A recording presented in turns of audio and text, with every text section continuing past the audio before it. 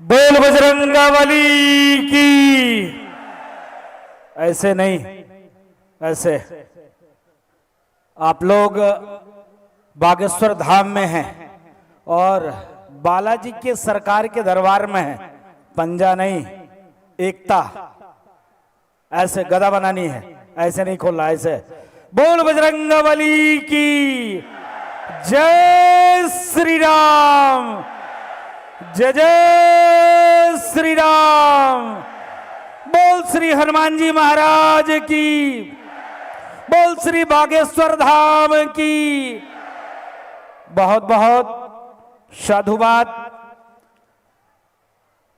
आज बड़े गर्व की बात है कि हम ऐसे जगह उपस्थित हैं जिस जगह पर सनातन धर्म संस्कृति, हिंदुत्व दबे कुचले शोषित वंचित सबके लिए चिंता और चिंतन होता है।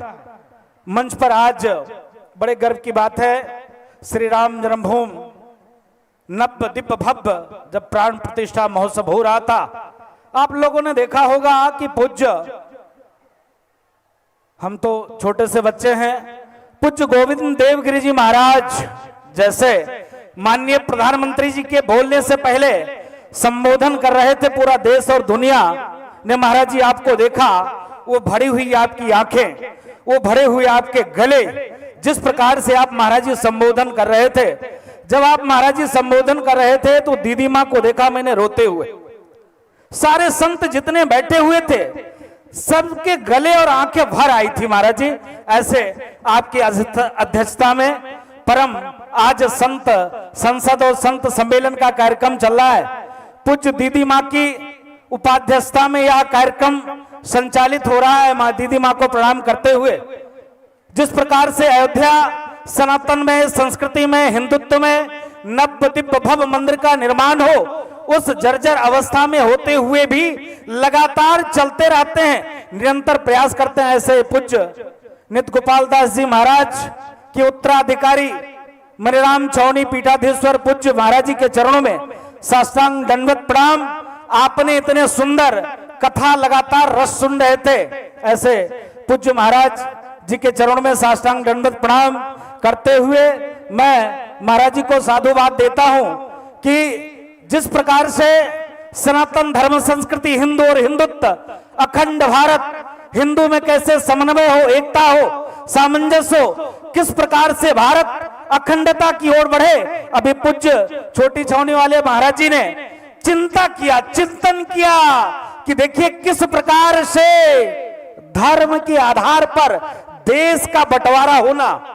गजब बात करते हो। एक तरफ तो धर्म के आधार पर देश का बंटवारा होता है, दूसरे तरफ मेरे साथ नाइंसाफी होती है, अन्याय होता है। जिसको प्रधानमंत्री बनना था वो प्रधानमंत्री नहीं बन पाया, जिसको नहीं बनना था उसको अपने प्रधानमंत्री बना दिया, जिसको न्याय मिलना था उसको न्याय नहीं मिला, जिसको न्याय नहीं मिलना था उसको न्याय देकर और आपने उसको स्वतंत्र कर दिया। पूज्य बागेश्वर धाम सरकार ने चिंता किया, चिंतन किया। जिस प्रकार से पूज्य धीरेन्द्र कृष्ण शास्त्री जी महाराज इतने धमकी, इतने लोगों को, इतने लोग उनको धमकियाते हैं पूछो मत, इतने लोग उनको बोलते हैं, लेकिन उसकी कभी भी चिंता नहीं करते, परवाह नहीं करते, क्योंकि उनके साथ 140 करोड़ देशवासी रहते हैं। वो कभी चिंता नहीं करते, वो कहते कोई दिक्कत नहीं है, 4 दिन का जीवन है। भगवान ने, माता पिता ने जन्म दिया, पूज्य दादाजी का आशीर्वाद है, पूज्य हनुमान जी महाराज की कृपा है, तो जब ये जन्म मिला है तो इस जन्म को कैसे सुफल बनावें, इस जन्म को कैसे सार्थक करें, और उसके लिए लगातार चिंता और चिंतन करते हैं। अभी संचालक महोदय कह रहे थे आज का जो विषय है 3 महत्वपूर्ण विषय है। आप देखो जिस प्रकार से पूरे देश में, मैं पूछना चाहता हूं, ये मंच ऐसा मंच है जो डायरेक्ट प्रधानमंत्री से संबंध रखता है। ये मंच ऐसा है कि हर प्रदेश के मुख्यमंत्री साष्टांग दंडवत प्रणाम करते रहते हैं। ये कोई राजनीतिक मंच नहीं है, ये धार्मिक मंच है। धार्मिक मंच से चिंता और चिंतन होता है। लगातार जिस प्रकार से पूरे देश में क्या चल रहा है, धर्मांतरण का प्रोपोगंडा चल रहा है। जिस प्रकार से पूरे देश में माला, कलावा, चंदन लगा के, गले में कंठी पहन के हमारी माता बहन बेटियों के साथ मोहम्मद का बच्चा छलावा करता है, इसकी चिंता और चिंतन चल रहा है। जिस प्रकार से पूरे देश में धर्म के आधार पर देश का बंटवारा होता है, लेकिन आप समझ सकते हो कि जब हिंदुस्तान का बंटवारा होता है उस समय में हिंदुस्तान की मुसलमानों की जनसंख्या 6 करोड़ होता है और पाकिस्तान में हिंदुओं की जनसंख्या 3 करोड़ होता है। लेकिन आज पाकिस्तान की जनसंख्या हिंदुओं को 0 हो जाती है, लेकिन हिंदुस्तान में मुसलमानों की जनसंख्या 40 करोड़ हो जाती है। फिर भी लोग कहते हैं क्या कि हिंदुस्तान रहने लायक नहीं। आप समझो धर्म के आधार पर देश का बंटवारा हिंदुओं के साथ नाइंसाफी होती है। आप समझो देश में एक भी मदरसा, एक भी चर्च, एक भी मस्जिद, एक भी सनातन के छोड़ के कोई भी पूजा स्थल को सरकार ने एक्वायर करके नहीं रखा, लेकिन हमारे देश में लमसम 5 लाख से ऊपर मंदिरों को सरकार ने एक्वायर करके रखा है। आज ये गंभीर विषय है। आज पूज्य धीरेन्द्र शास्त्री जी महाराज ने कन्या विवाह उत्सव का कार्यक्रम रखा और 1 तारीख से लेकर 8 तारीख तक लगातार आप कथा सुन रहे थे बैठ के, लेकिन इसमें जो भी इनको चढ़ावा आता है मंदिर में, चाहे शिष्यों के द्वारा जो भी इनको दिया जाता है, वो लगातार प्रयास करते हैं कि हमारी बहनों की, हमारी बेटियों की कैसी रक्षा हो सके, सुरक्षा हो सके, कैसे उसकी शादी अच्छी तरीके से हो सके, कैसे सनातन धर्म संस्कृति बचे, कैसे हिंदू बचे, कैसे हिंदुत्व बचे। आज तो कोई राजू दास को पाकिस्तान में नहीं जानता, पाकिस्तान में किसी ने नहीं बुलाया। मंच खचाखच बड़ा हुआ है, जितने लोग मंच पे बैठे हैं किसी को नहीं पाकिस्तान में निमंत्रण दिया जाता होगा कि महाराज जी आ जाइए, आज आपको राम कथा पाकिस्तान में कह रहा है, महाराज जी आ जाइए आज धर्म संसद पाकिस्तान में, महाराज जी आ जाइए आज अफगानिस्तान में धर्म संसद है। भारत में क्यों धर्म संसद का आयोजन होता है? भारत में ही क्यों राम कथा के आयोजन होता है? भारत में ही क्यों श्री कृष्ण कथा के आयोजन होता है? क्योंकि अभी पूज्य छावनी के महाराज जी कह रहे थे कि हिंदू बचे हैं, इसीलिए। जब हिंदू ही नहीं बचेगा, सनातन धर्म ही नहीं बचेगा, तो संविधान को रखे रहो, क्या दिक्कत है? संविधान को आप मानते हो, सिर्फ आप मानते हो, बाकी जो कौम है सिर्फ एक आसमानी किताब को कहता है आसमानी किताब है, बस उसके अलावा और कुछ नहीं मानता है। इस्लाम के अलावा उसके पास और कोई कोई कोई संविधान नहीं है। सिर्फ हम सनातनी हैं, हिंदू हैं, हमारे अंदर सहिष्णुता है, हमारे अंदर सर्वे भवन्तु सुखिनः सर्वे सन्तु निरामय विश्व बंधुत्व के साथ वसुधैव कुटुंबकम के साथ कार्य और काम करते हैं। इसके नाते हम संविधान को मानते हैं, हम सनातन संस्कृति को मानते हैं, इसलिए संविधान से बंधे हुए हैं, संविधान के साथ चलते हैं। लेकिन देश में कुछ ऐसे भी लोग हैं, 3 बीबी और 70 बच्चे, सबके हाथ में एक एक पत्थर के साथ जो चलते हैं, वो संविधान को नहीं मानते। इसलिए सभी जातिवादी मानसिकता से दूर हटकर हम सभी हिंदू जनमानस से अपील करेंगे, जिस प्रकार से पूज्य बागेश्वर धाम सरकार लगातार निरंतर प्रयास करते हैं कि गर्व से कहो हम, गर्व से कहो हम, गर्व से कहो हम, जिस प्रकार से गर्व से कहो हिंदू हैं, गर्व से कहो हम सनातनी हैं, गर्व से कहो कि हम भारत को हिंदू राष्ट्र घोषित कराएंगे, लेकिन साथ जब तक आपका होगा।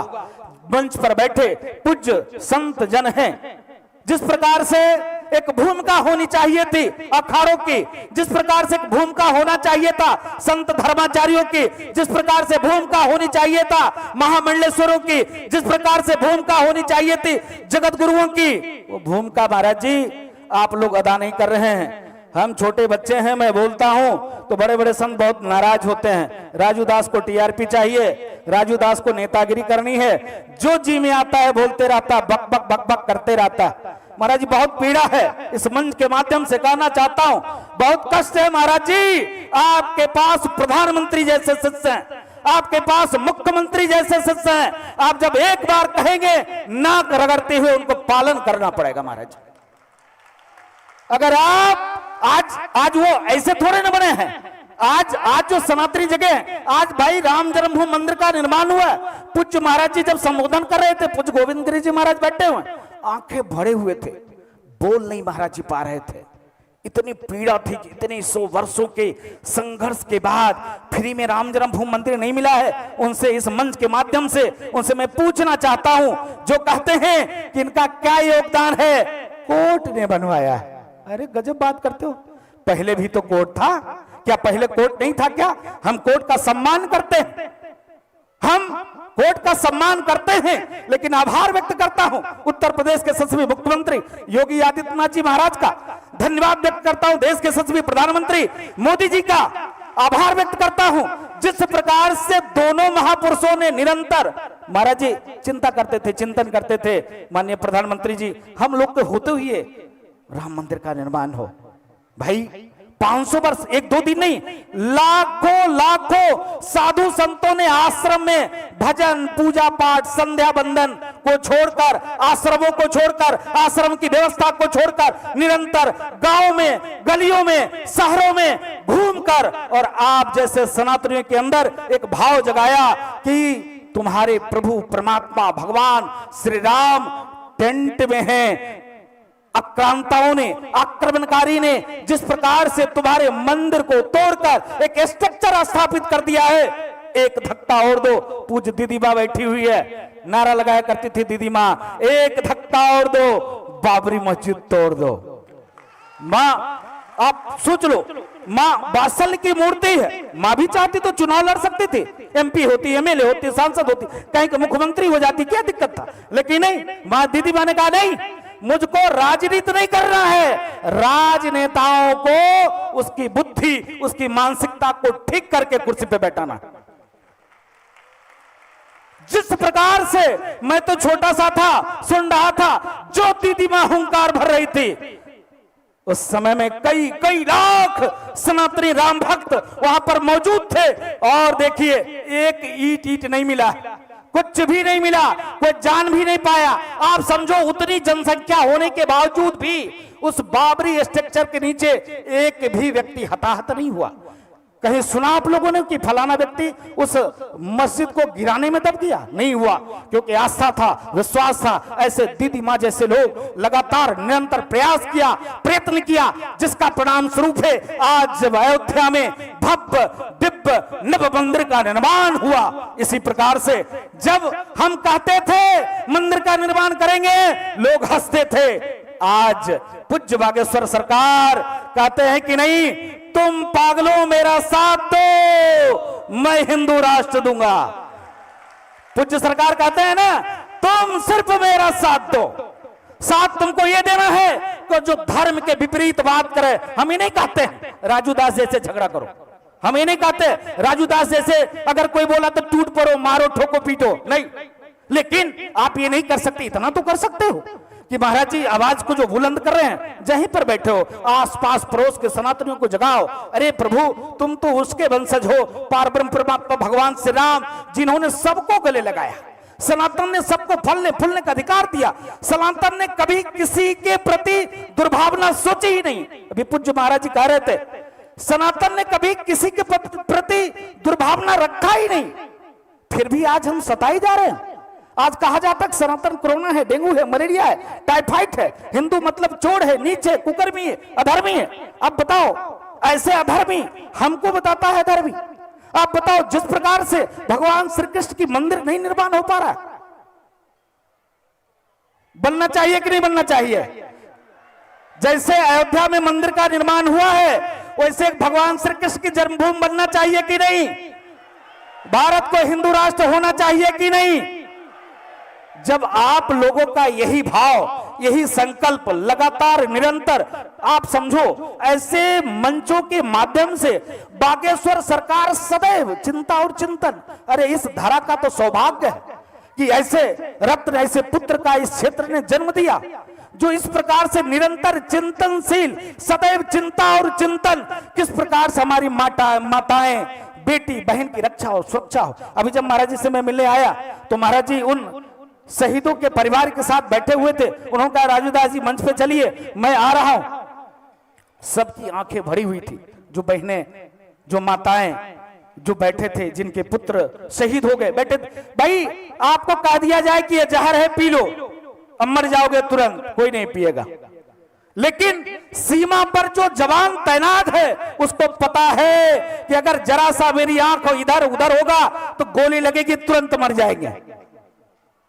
उसके अंदर राष्ट्र भाव भरी हुई है। और राष्ट्र भाव कैसे बढ़ेगी? इसी प्रकार से संतों के चरण में, शरण में, मंदिरों में आना पड़ेगा, जाना पड़ेगा।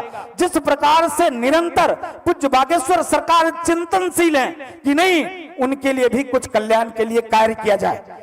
जिस प्रकार से मंदिर के चढ़ावा से मेरे पैर पे जो चढ़ता है उसको एकत्रित करके कैसे अब बेटियों की शादी, मैं सुन रहा था महाराज जी को, महाराज जी कह रहे थे कोई दिक्कत नहीं है, तुम लोग मेरे साथ हो, अभी ये सामान आया, ये सामान आया, ये एक एक चीज गिना रहे थे कि हमारी बेटियों को अगर वो अपने मायके जाए, मायके में बड़ी समस्या होती है। क्या?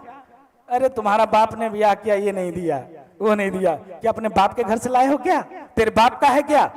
ऐसे भी बाप बैठा है संत के रूप में, बेटा के रूप में, जो एकदम निरंतर प्रयास करके, किस पैसे से?